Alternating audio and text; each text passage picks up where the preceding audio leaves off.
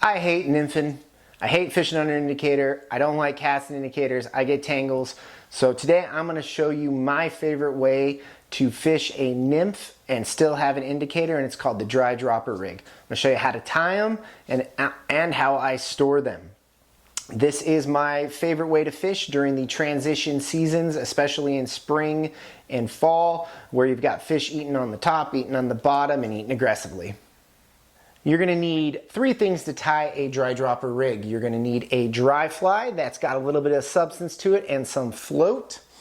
You are going to need a nymph. I know, very small, but a nymph. I prefer bead head nymphs. They sink a little bit quicker and they get you into the part of the water column you need, and you need a piece of tippet. Can't see it, but this is about 4X tippet. I like to use some light tippet for this. And right now I'm going to show you how to tie it up real quick. All right, the first thing I do is I wrap the end of the tippet around my finger and pinch the tag end and the main line. Give my finger a bunch of twists like this. And then essentially use my finger as the eye of the hook and tie I think it's called an improved clinch. I've always called it a fisherman's knot, but we'll do that real quick. Make sure you wet your line to reduce any friction. And you should be left with this nice little loop right here, like this. And what you're going to do is you're going to take your dry fly, you are going to take that loop and you are going to hook it right over your hook and snug it down tight like that.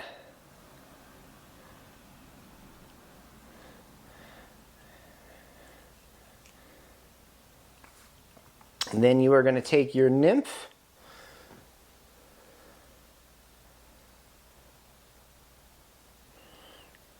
and do another quick fisherman's knot or improved clinch or whatever your knot of choice is here to tie your flies.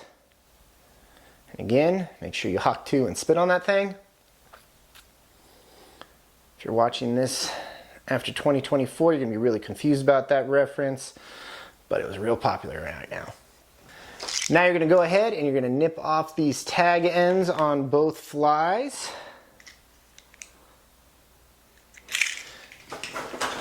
And you have your dry dropper rig. You have I usually put about an arm's length or about 24 inches of tippet, and that puts me down at about 2 feet. And you know, sometimes I got to nip it off and move that nymph up depending on my water depth, but that's, you know, just part of the game. I like to use these little Lindy rolls that I use for kokanee fishing. I'll leave a link down in the description for these, along with some of my favorite dry dropper flies that I use for these setups. I also use hoppers. They call it a hopper dropper. These are great if you want to use bigger nymphs because they provide a lot more flotation and they keep that nymph from pulling down your dry, so you can actually see it and use it as a strike indicator. And just poke these bad boys in and wrap them up like so. And I slide this right into my tackle bag. And I am ready to go to swap these out. And I'm going to make about 10 more of these for this weekend. And again, I will leave the dry dropper flies, the different flies I use for my dry dropper setups, my tippet, and a link to these down below in the description. Again, these are Amazon associate links, so I do get a little bit of money back every time you click on one and purchase through my links. It doesn't cost you anymore, but it really helps my channel out and helps me keep making videos. And right there, you are done. If you find any of this information helpful, please make sure you like, comment, and subscribe. It helps my channel grow and it helps me keep bringing you videos. Have a good one. Thank you.